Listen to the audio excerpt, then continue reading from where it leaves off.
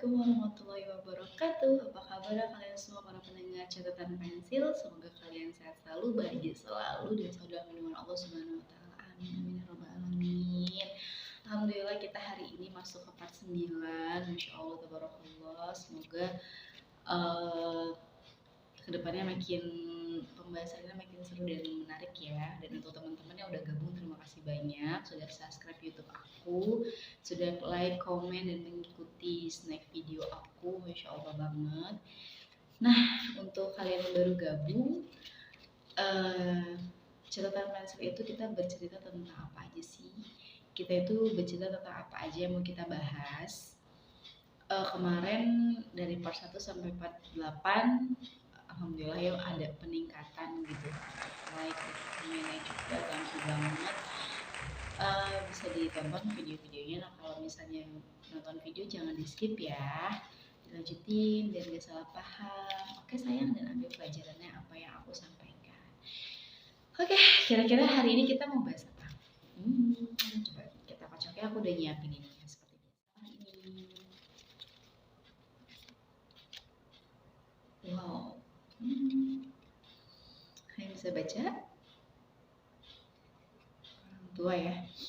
Bokap dan nyokap itu sosok seorang seperti apa?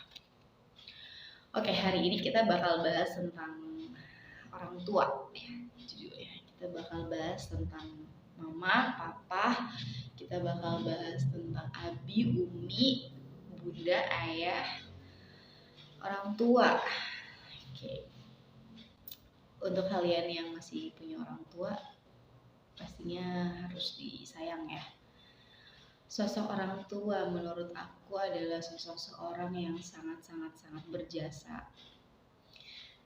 Nyokap, bokap, mama, papa adalah orang yang pertama pastinya yang hadir dalam kehidupan kita. Orang tua adalah orang yang selalu support kita. Gue bakal bagi dua ya soal orang tua. Yang pertama gue mau ceritain soal nyokap. Kalau gue mau ceritain soal ibu, sosok yang seperti apa sih ibu itu?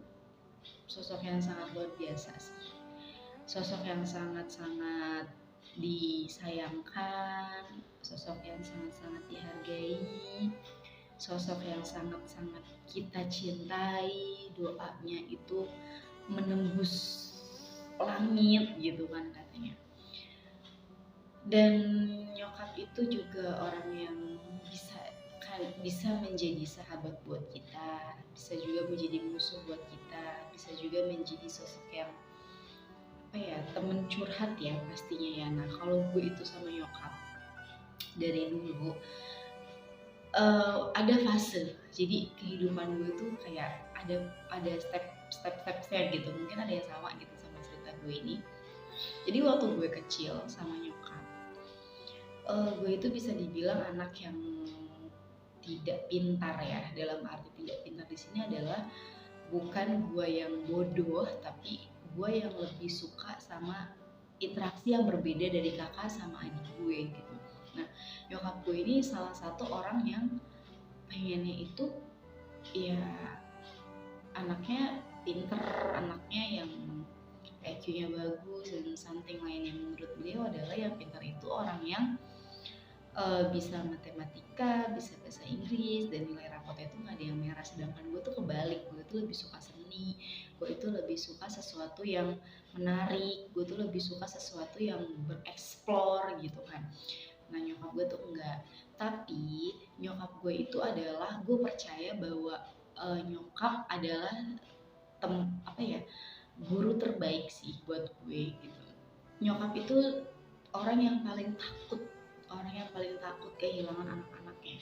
Sama sih bokap juga, cuman di fase ini tuh mungkin kalau bokap lebih kayak yang bukan yang verbal kayak nyokap gitu ya, to the point kalau ngomong gitu. Nah kalau nyokap itu orangnya takutan, jadi kalau gue pengen masuk B itu sama dia tuh kayak langsung didownin. Itu hal yang paling gue gak suka dari nyokap ya.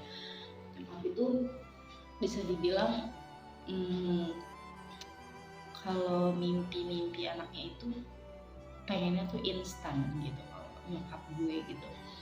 Nah untuk kalian, kalau misalnya kalian sudah jadi orang tua nantinya, please jangan pernah maksain anak untuk uh, mau seperti apa yang kita mau gitu. Karena gue termasuk orang yang digitukan gitu sama nyokap gue gitu. Nyokap gue tuh tipikal orang yang suka sama orang yang udah sukses gitu, tapi tanpa harus melihat proses gitu nyokap gue. Tapi meskipun begitu, menurut gue nyokap gue unik sih, pola pikirnya itu emang pola pikir orang-orang Jawa. Bicara soal bokap, nah, bokap itu sosok seorang yang sangat gue sayangin banget ya, karena dari gue kecil sampai gue sebesar ini gitu kan, bokap itu selalu ada buat gue, buat anak-anaknya. Bukan berarti nyokap gue tidak ada buat anak-anaknya, dia juga sama. Tapi gue yakin anak-anaknya itu bisa sukses juga, pasti ada doa dari nyokap gitu. Nah, bokap, kalau bokap itu superhero gak sih? Bokap itu Superman gak sih buat kita? Kalau bokap gue tuh dia tuh kayak yang orang multifungsi gitu, apa aja bisa gitu. Sekagum itu gue sama bokap. Tapi nggak tahu kenapa, lo ngerasain nggak perilaku kita sebagai anak itu kayak kita lebih kayak sebel sama nyokap karena nyokap tuh marah-marah dulu, tapi kita lebih sayang sama nyokap gitu. Tapi kalau sama bokap tuh sayangnya nothing tulus banget, tapi kayak biasa aja gitu, flat gitu. Gue sayang sama apa, ini bokap gue gitu, masih kayak gitu. Nah, mereka berdua adalah sosok seorang yang sangat-sangat kami sayangi ya pasti. Nyokap yang punya pola pikir yang unik, bokap yang punya rasa empati dan peduli yang sangat luar biasa. Gak bisa sih gue ngebalas jasa mereka gitu, apalagi di masa pas gue masih kuliah ya. Bokap tuh bener-bener superhero banget, dia selalu ada buat gua. Duit tuh besoknya dia langsung datang dan dia udah nongol di depan kampus. Keren banget sih menurut gua. Bokap tuh dia bakal kayak ngelakuin berbagai macam cara, dia mau rela kuli, dia rela jadi kuli gitu kan, buat biar anaknya tuh bisa makan, biar anaknya tuh nggak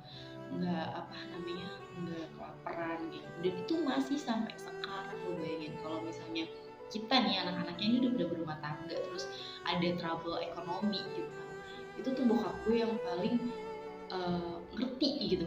Dia tuh paling ngerti, dia pasti ngeluarin koceknya dia berapapun itu buat kita gitu. Itu sih keren banget sih menurut gue bokap.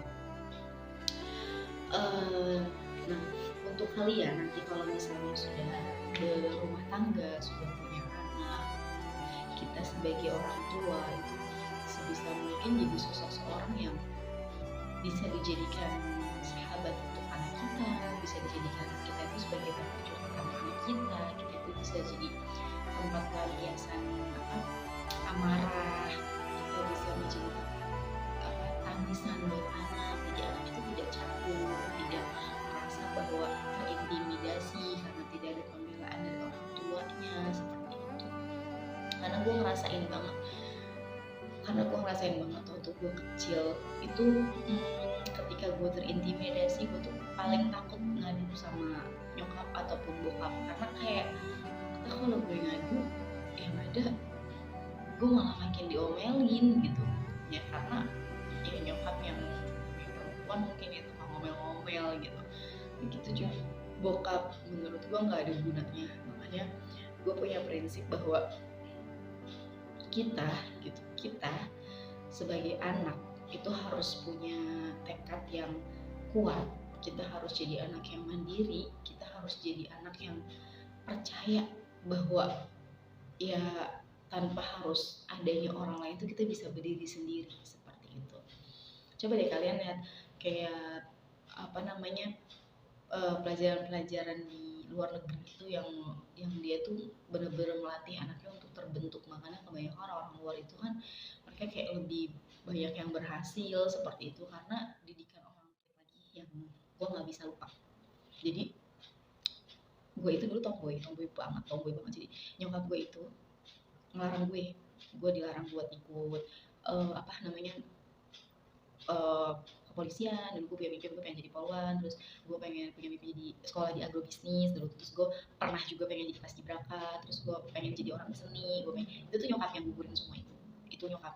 Nah kalau bokap gue tuh selalu, aku itu selalu ngedukung, tapi ya itu tadi dia sangat memuliakan istrinya, jadi ya udahlah. Nah dari larangan nyokap gue tadi yang larang gue ini larang gue itu, ya itu hal negatifnya adalah gue gak akan terbentuk nantinya gitu, karena kan gue butuh dukungan dong dari orang tua. Itu catat ya, kita harus ngedukung apapun itu. Jadi gue suka seni, tapi menurut nyokap gue seni itu semua orang bisa, tapi sebenarnya tuh enggak, karena anak IPA IPS tuh anak IPA sama IPS tuh beda dong kalau pikirnya anak kayak gitu, paham ya sampai sejauh ini ya. Nah bokap itu tuh tipikal orang yang manggut, tapi dari larangan nyokap gue tadi, gue tuh selalu berpikir positif bahwa gue yakin apapun yang nyokap gue lakuin buat gue itu ada yang terbaik.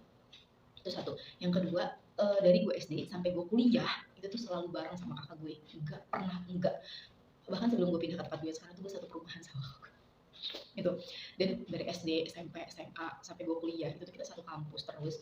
Itu sampai gue tuh ngerasa apaan sih nyokap tuh, kenapa gue nggak boleh memilih pilihan gue sendiri, kenapa gue nggak boleh memilih apa yang gue inginin. Itu negatifnya dari nyokap ya. Tapi positifnya adalah gue yakin bahwa keputusan yang diambil sama nyokap itu adalah keputusan yang benar. Gue yakin bahwa apa yang nyokap gue pilih buat gue itu ada terbaik, dan alhamdulillahnya ketika gue masuk SD ternyata itu adalah SD terfavorit. SMP juga gue masuk SMP terfavorit, SMA juga sama, gue masuk SMA yang terfavorit. Dan waktu gue kuliah itu ya melenceng sih, pas kuliah gue sebenarnya nggak pengen ngambil itu, tapi karena nyokap gue pengen banget gue kuliah jadi sarjana, dia udahlah. Tapi alhamdulillah gue masih ada hikmah di balik semua itu, dari gue kuliah bisa dapat ilmunya seperti itu. Terus kalau bokap sih sampai sekarang tetap jadi superhero sih ya beliau itu.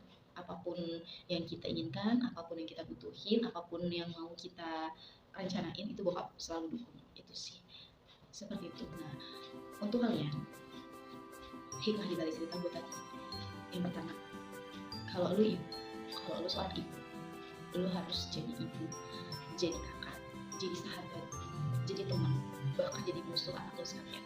Tapi semuanya adalah hal yang positif. Terus ketika lu udah jadi ibu dan lu banyak anak, please gue mohon jangan pernah pilih kasih sama anak. Terus yang ketiga, kalau lu jadi seorang ibu, gue mohon banget sama lu jangan pernah membatasi keinginan anak yang positif. Kalau misalnya anak lu itu identik dia sukanya apa, misalnya dia lebih suka seni, lu ikutin, lu arahin. Seni itu banyak, ada yang mungkin dia lebih suka tata rias, lu sekolahin tata rias, atau dia suka seni lukis, lu sekolahin seni lukis. Kalau misalnya ternyata seni lukis di Indonesia tidak dihargai, lu bisa lah ngedidik anak lo gimana caranya dia bisa dihargai di luar sana seperti itu. Terus kalau misalnya anak lo lebih suka kayak seni tari, atau dia lebih suka kayak yang lain-lain, terus aja di push anaknya, didorong terus, dikasih semangat terus, dukung anak lo bisa kayak gitu, bentuk dengan sendirinya, jangan setengah-setengah, dan jangan pernah lu nyamain anak lo sama orang lain. Itu yang keempat, kalau lu seorang perempuan, lu ibu dari anak-anak lu, please gue mohon jangan pernah lu tidak mendukung apa impian dia, sama seperti yang nomor 4 tadi. Karena apa, semua yang lo lakuin, semua yang lo arahin buat anak-anak lo itu menuntut ke jalan masa depannya anak-anak lo sendiri. Lo mau anak lo seperti apa, seperti itulah prosesnya yang harus lo jalanin. Jadi jangan pernah ngekang anak, kecuali anak itu ya dia mainnya selengeng gitu kan, pacaran mulu pulang malam. Terus dan jadi ibu itu kita harus tegas ya sama anak, jangan mau tegas itu bukan berarti galak ya. Jadi tegas itu harus, kita tuh harus disegenin gitu sama anak, biar ada yang rasa takutnya gitu kan sama kita, sehingga dia nggak akan melenceng yang lain-lain seperti itu. Nah kalau lu laki-laki, kalau lu jadi seorang ayah, please juga sama, dukung istri lu buat mendidik anak, dukung semua aktivitas yang mau dilakukan sama anak. Terus kerja keraslah untuk anak dan istri, dan kerja keraslah untuk membentuk sebuah pohon yang cantik nanti akan berbuah manis, yaitu anak lu nanti. Percaya sama gue, kalau misalnya lu berhasil buat membentuk anak, contoh ya, lu tahu kan dokter Oki kakaknya Ria Ricis, beliau pernah bilang seperti ini, Ricis itu namanya Ria Yunita, dia itu beda dari kita. Dia itu kalau kita misalnya Kak Oki sama Kak Cindy itu pintar dalam bahasa Inggrisnya, matematikanya, tapi Ria Ricis itu dia tidak pintar dalam hal itu, tapi dia sangat suka seni. Nah lu kalau lu cermatin, orang tua Ria Ricis itu berhasil nggak sih? Enggak, karena ternyata di balik dokter Oki, di balik dokter Cindy, di balik Ria Ricis, ternyata ada orang tua yang di belakangnya yang selalu support mereka. Tuh.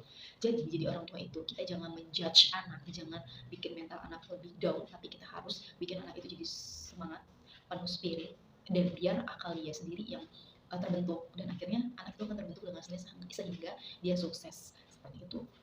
Jadi terbentuklah Ricis seperti yang dia mau. Dokter Sini dan Dokter Oki juga sama seperti yang dia mau. Sekarang orang tuanya tinggal petik hasil, benar nggak sih? Seperti itu teman-teman. Jadi buat teman-teman yang udah jadi orang tua, yuk kita sama-sama membangun generasi muda yang baik. Kita didik anak kita menjadi lebih baik, dan kita harus menjadi orang tua yang baik juga untuk anak-anak kedepannya, biar kita bisa ngerasain juga hasil dari anyaman yang kita anyam nih, biar menjadi sebuah baju seperti itu. Oke, itu kita bahas tentang nyokap bokap, tentang orang tua, dan hikmahnya di balik cerita Ricis tadi. Semoga bermanfaat untuk teman-teman catatan pensil. Terima kasih untuk kalian yang udah subscribe, like video ini. Semoga kalian sehat selalu, bahagia selalu. Dan untuk kalian yang baru bergabung, jangan lupa like, comment, and subscribe. Ya, itu ya. Oke, thank you. Say goodbye. Assalamualaikum warahmatullahi wabarakatuh.